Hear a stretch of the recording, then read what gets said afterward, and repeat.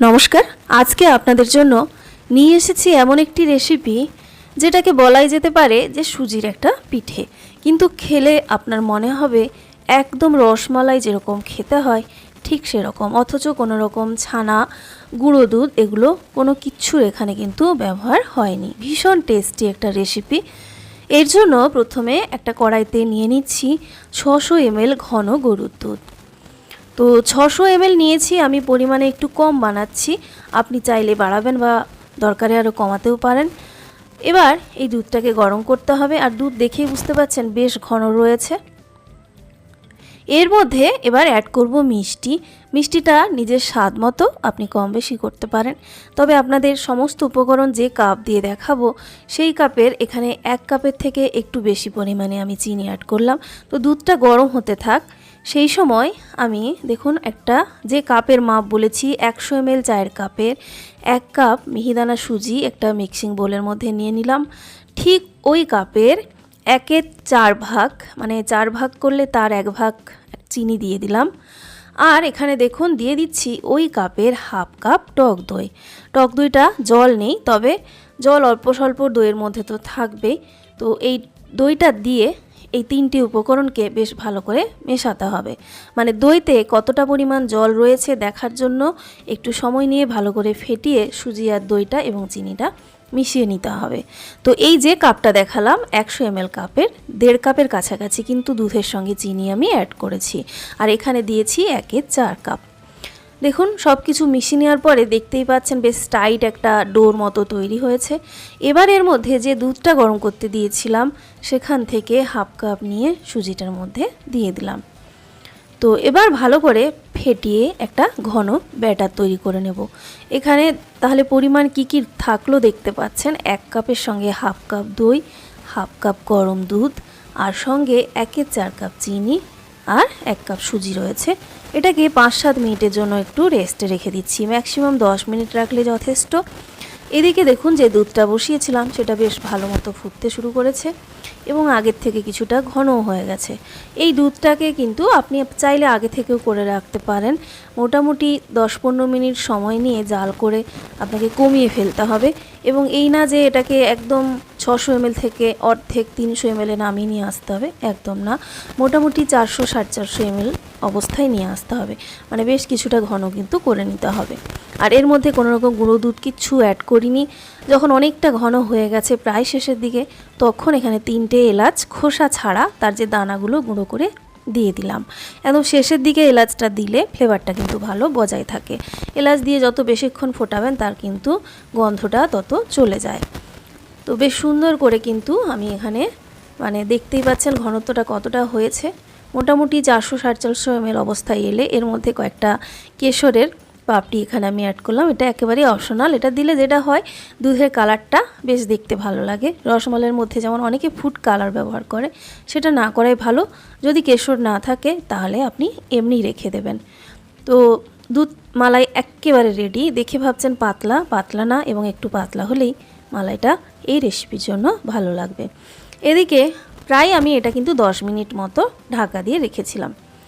এবার এর মধ্যে যে মালাইটা আমি রেডি করলাম দেখুন, সেখান থেকে একটা হাতা নিয়ে মোটামুটি ওই কাপটার কিন্তু প্রায় 1 কাপই হবে দিয়ে দিলাম, 1 কাপের থেকে একটু কম। এই যে ধরুন দুধের মধ্যে এলাচ রয়েছে এবং সঙ্গে দুধটা ঘন করা, এটা এই ব্যাটারের মধ্যে মেশালে এর ভেতরের গন্ধ থেকে মানে ভেতরের একটা আলাদা রকম, আপনি কোনো রকম খোয়া টোয়া ব্যবহার না করা সত্ত্বেও বেশ সুন্দর একটা টেস্ট পাবেন। তো ভালো করে ব্যাটারটা রেডি হয়েছে, অল্প একটু বাকি আছে। ফাইনাল ব্যাটার রেডির আগে আপনাকে এই পাত্রগুলো রেডি করে নিতে হবে। আমি এখানে মশলা দানিগুলো নিয়েছি দেখতে পাচ্ছেন, মানে মশলার যে রাখার যে কৌটোগুলো হয়, তো এতে করে স্ট্রাকচারটা খুব ভালো আসবে। আমার কাছে যা কিছু আছে তাতে করে আমার মনে হলো, সেই কারণেই ব্যবহার করছি। আপনি যে কোনো বাটি, যে কোনো প্লেট যা খুশি ব্যবহার করতে পারেন। তো ওগুলো সব ভালো করে ঘি ব্রাশ করে নিয়েছি একটু। এবার এর মধ্যে একদম অল্প একটু দিলাম দেখলেন খাবার সোডা, আর 1/4 চামচ, মানে একটা চা চামচকে 4 ভাগ করলে যা হয় তার প্রায় 1 ভাগ বেকিং সোডা, বা তার থেকেও একটু কম হবে। আর খাবার সোডাটার উপরে দিয়ে দিলাম 1 চা চামচ মতো লেবুর রস দিয়ে বেশ ভালো করে কিন্তু এটাকে ফেটাতে হবে। খুব সুন্দর করে ফেটিয়ে নিতে হবে। ব্যাটারটা দেখবেন বেশ ফোলা ফোলা হয়ে গেছে, দেখতে পাচ্ছেন। হ্যাঁ, ঠিক এরকম কিন্তু ব্যাটার আপনাদের নিয়ে আসতে হবে। এবার যে মোল্ডগুলো বা যে মশলাদানিগুলো আমি রেডি করে রেখেছিলাম তার মধ্যে সমান পরিমাণ ব্যাটার দিয়েছি। আমি কিছুটা রসমালাইয়ের যে থিকনেস হয় বা স্ট্রাকচার হয় বলুন, সেরকম আনার জন্য এখানে বানিয়ে আপনাদের দেখাচ্ছি। আমি সেই কারণে একটু কম পরিমাণ ব্যাটার দিচ্ছি, তবে সবগুলো যাতে একই সাইজ আসে সেই জন্য একটা হাতা দিয়ে ঠিক এক হাতা করে আমি দিয়ে দিয়েছি। আপনি চাইলে এগুলো অর্ধেকের ওপরে ভর্তি করেও করতে পারেন। সেক্ষেত্রে আপনি কিন্তু এগুলোকে একটু মানে কি বলবো, ছুরি দিয়ে পাতলা পাতলা স্লাইস করেও কিন্তু রেসিপিটা বানাতে পারেন, এটাও কিন্তু করা যাবে। তো আর বাকি যে ব্যাটারটা ছিল আবারও ঘি ব্রাশ করে তার মধ্যে বাকিটা দিয়ে দিলাম। ওপর থেকে একটু কেশর ছড়িয়ে দিয়েছি দেখতে ভালো লাগার জন্য, সেই সঙ্গে একটা ফ্লেভারটাও ভালো পাবেন। এবার গ্যাসে একটা প্রথমে কড়াইকে বসিয়ে দিচ্ছি। গ্যাসে কড়াইটা বসিয়ে দেওয়ার পরে মানে ঢাকা দিয়ে দেব, যাতে করে কি হয় যে জলটা তাড়াতাড়ি ফুটে যায়। তার আগে একটা স্ট্যান্ড দিয়ে দিলাম। তো জলটা ফুটে ওঠা পর্যন্ত অপেক্ষা করব। জাস্ট 2-3 মিনিটের মধ্যেই দেখবেন জল এভাবে ফুটতে শুরু করলে এবার এর মধ্যে একটা স্টিম করার বাসন দিয়ে দিচ্ছি। এই স্টিম করার বাসনের মধ্যে আমি এবার ব্যাটার দেওয়া পাত্রগুলোকে বসিয়ে দিচ্ছি। ছোট ছোট চাটনির বাটিও ব্যবহার করতে পারেন এই রেসিপিগুলোর জন্য, ভালোই লাগবে খেতে। বা বড় কোনো প্লেটের মধ্যে ব্যাটারটাকে ফ্ল্যাট করে রেডি করে সেটাকে পিস করে নিয়েও করতে পারেন। এবার এটাকে ঢাকা দিয়ে রাখতে হবে খুব বেশি হলে 15 মিনিট, কারণ যেহেতু পরিমাণটা খুব কম দেওয়া রয়েছে। কিন্তু বেশি দেওয়া থাকলে আপনাকে সময়টা একটু বেশি দিতে হবে যদি ব্যাটার বেশি দেন। তো আমি প্রায় 15 মিনিট হয়ে গেলেই ঢাকা খুলে নিচ্ছি এবং একটা ছুরি দিয়ে চেক করে নেব ভেতরে কাঁচা আছে কিনা। যদি দেখেন ছুরিটা একদম ক্লিয়ার আছে, মানে একদম পরিষ্কার আছে, ক্লিন আছে, তাহলে বুঝবেন হয়ে গেছে। এবার এগুলো ঠান্ডা করে মানে নামিয়ে নেব এবং ঠান্ডা করে নেব। তার আগে আপনাদের একটু জাস্ট দেখিয়ে দিই যে আরেকটা বাটিতে আমি যে নিলাম ব্যাটারটা, সেটা একটা আলাদা জায়গায় বসিয়ে দিয়েছি। তো সেক্ষেত্রে আপনারা দেখেছেন যে ব্যাটারটা একটু বেশি পরিমাণ দেওয়া রয়েছে, তাই এখানে কিন্তু 15 মিনিট সময়ে আপনার কিন্তু মানে স্টিম হবে না, ভেতরটা কাঁচা থেকে যাবে। তো আমি 15 মিনিট পরেই আপনাদের দেখাচ্ছি। দেখুন এখনও কিন্তু কিছুটা কাঁচা রয়েছে। এটাও একই পদ্ধতিতে আরও মিনিট 10 মতো এটা স্টিম করে নামিয়ে নেব। এদিকে এগুলো যখন ঠান্ডা হয়ে গেছে একটু হাত দিয়ে দেখবেন, হালকা করে চাপ দিয়ে সঙ্গে সঙ্গে দেখবেন উঠে আসছে, মানে খুব ইজিলি উঠে আসে। জাস্ট এইভাবে উল্টে দিলেই দেখবেন হাতে বেরিয়ে আসছে। আর কি সুন্দর দেখতে হয়েছে দেখুন।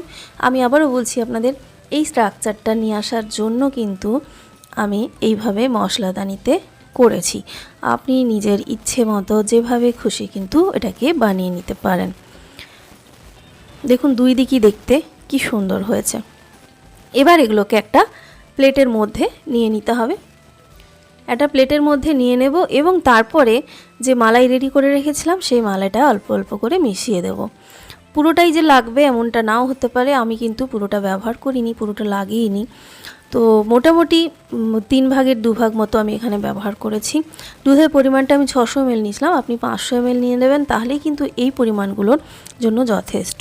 মালাইটা দিয়ে একদম বেশিক্ষণ না, মাত্র 5টা মিনিট রাখুন। দেখুন একেবারে নরম তুলতুলে পুরো রসমালাইয়ের মতো এই পিঠে রেসিপি কিন্তু রেডি হয়ে যাবে। অবশ্যই কিন্তু বাড়িতে একটাবার আপনারা ট্রাই করে খেয়ে বলবেন যে টেস্ট ঠিক কীরকম লেগেছে আপনাদের। আর এদিকে বড় যে বাটিতে যেটা বেক হচ্ছিল সেটাও নামিয়ে আমি কিন্তু আবার এর মধ্যে দেখুন টুকরো করে মিশিয়ে নিয়েছি। তো বন্ধুরা, এই ছিল আজকের রেসিপি। সবাই ভালো থাকবেন, নেক্সট ভিডিওতে দেখা হচ্ছে।